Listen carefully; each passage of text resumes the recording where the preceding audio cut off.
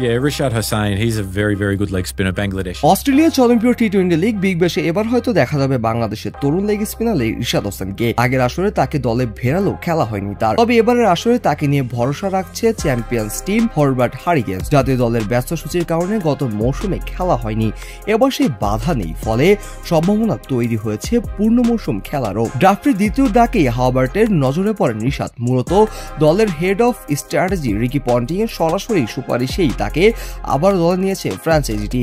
সাবেক অস্ট্রেলিয়ান অধিনায়ক ও ধারাভাষ্যকার অ্যারন ফিঞ্চ জানিয়েছেন, এই বাংলাদেশি লেগ স্পিনার দুর্দান্ত টার্ন করায় রিকি পন্টিং ও তার ব্যাপারে অনেক উঁচু পর্যায়ে প্রশংসা করেছেন। গতবার মাত্র 9 দিনের অনাপত্তি পত্র পেয়েছেন রিশাদ হোসেন। জাতীয় দলের ক্যারিবীয় সফর ও বিপিএল এর কারণে শেষ পর্যন্ত খেলায় অংশ নিতে পারেননি তিনি। তবে এবার ক্যালেন্ডারে কোনো আন্তর্জাতিক সিরিজ না থাকায় বিগ ব্যাশের পুরো মৌসুম খেলার জন্য নিজেকে প্রস্তুত রেখেছেন এই তরুণ লেগি। হোবার্ট হারিকেন্সের হাই পারফরম্যান্স ইউনিটের জেনারেল ম্যানেজার সেলিসিয়াস বিমস বলেন, রিশাদকে আমরা আগেই সাইন করেছিলাম, রিকি পন্টিং এর পরামর্শে এই সিদ্ধান্ত।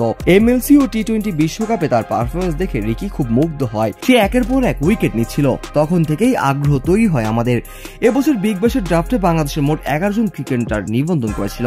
রিশাদের সঙ্গে ছিলেন মোস্তাফিজুর রহমান, মেহেদী হাসান মিরাজ, তানজিম হাসান সাকিব, তানজিম হাসান তামিম, শেখ মেহেদী, তাওহিদ হৃদয়, শামীম হোসেন পাটোয়ারি, সৌম্য সরকার, তাইজুল ইসলাম ও হাসান মাহমুদ। চূড়ান্তভাবে সুযোগ পেয়েছেন কেবল রিশাদ হোসেন। রিশাদের জন্য এবারে বিগ ব্যাশ হতে পারে আন্তর্জাতিক ফ্র্যাঞ্চাইজি ক্রিকেটের সবচেয়ে বড় মঞ্চ, নিজের নাম জানানোর অন্যতম সুযোগ।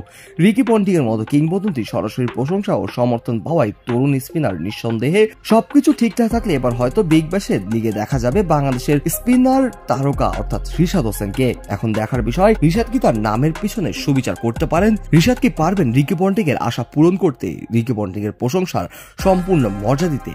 দেখতে হলে অপেক্ষা করতে হবে বিগ ব্যাশ পর্যন্ত।